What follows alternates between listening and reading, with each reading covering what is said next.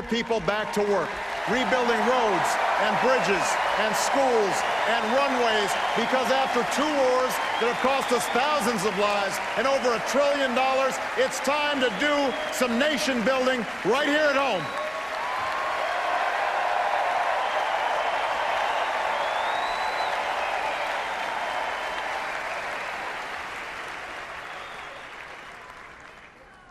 You can choose a future where we reduce our deficit without sticking it to the middle class. Independent experts say that my plan would cut our deficit by $4 trillion.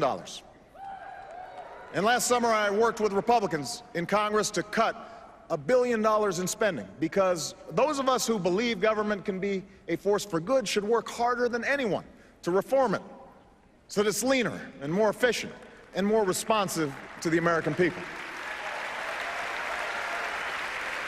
I want to reform the tax code so that it's simple, fair, and ask the wealthiest households to pay higher taxes on incomes over $250,000. The same rate we had when Bill Clinton was president, the same rate we had when our economy created nearly 23 million new jobs, the biggest surplus in history, and a whole lot of millionaires to boot.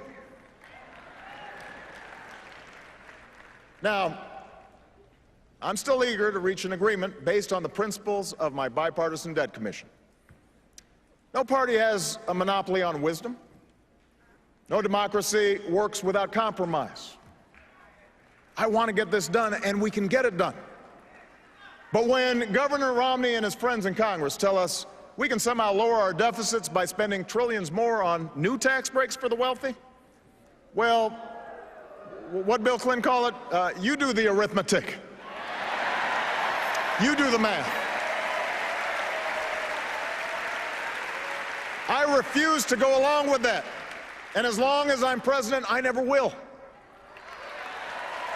I refuse to ask middle-class families to give up their deductions for owning a home or raising their kids just to pay for another millionaire's tax cut. I refuse to ask students to pay more for college or kick children out of Head Start programs to eliminate health insurance for millions of Americans who are poor and elderly or disabled. Also, those with the most can pay less. I'm not going along with that.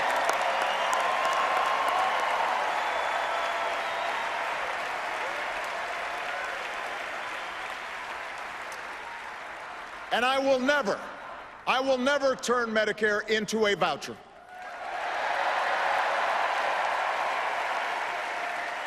No American should ever have to spend their golden years at the mercy of insurance companies. They should retire with the care and the dignity that they have earned. Yes, we will reform and strengthen Medicare for the long haul, but we'll do it by reducing the cost of health care, not by asking seniors to pay thousands of dollars more. And we will keep the promise of Social Security by taking the responsible steps to strengthen it, not by turning it over to Wall Street.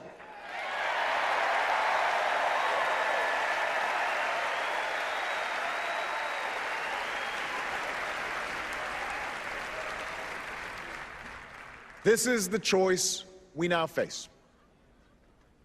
This is what the election comes down to. Over and over, we've been told by our opponents that bigger tax cuts and fewer regulations are the only way. That since government can't do everything, it should do almost nothing. If you can't afford health insurance, hope that you don't get sick. If a company releases toxic pollution into the air your children breathe, well, that's the price of progress. If you can't afford to start a business or go to college, take my opponent's advice and borrow money from your parents.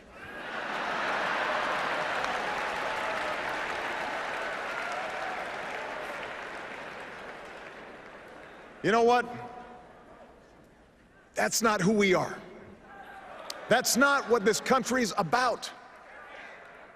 As Americans, we believe we are endowed by our Creator with certain inalienable rights, rights that no man or government can take away.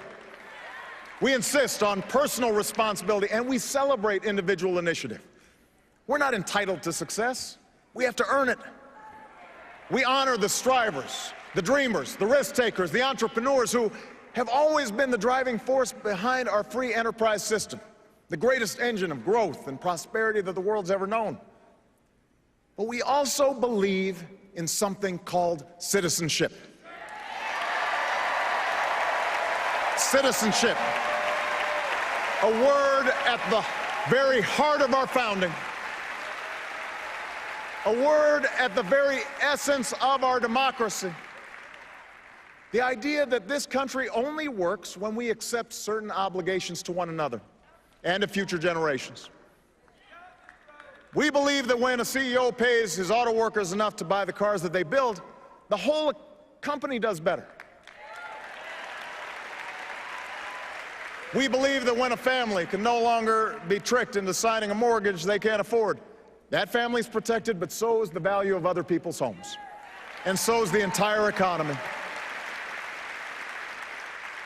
We believe the little girl who's offered an escape from poverty by a great teacher or a grant for college could become the next Steve Jobs, or the scientist who cures cancer, or the President of the United States, and it is in our power to give her that chance.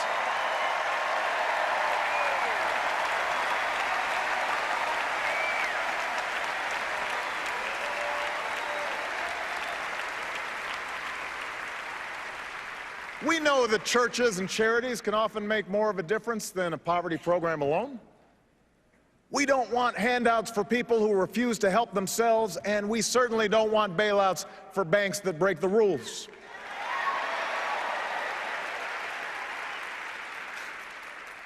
We don't think that government can solve all of our problems, but we don't think that the government is the source of all of our problems, any more than our welfare recipients, or corporations, or unions, or immigrants, or gays, or any other group we're told to blame for our troubles.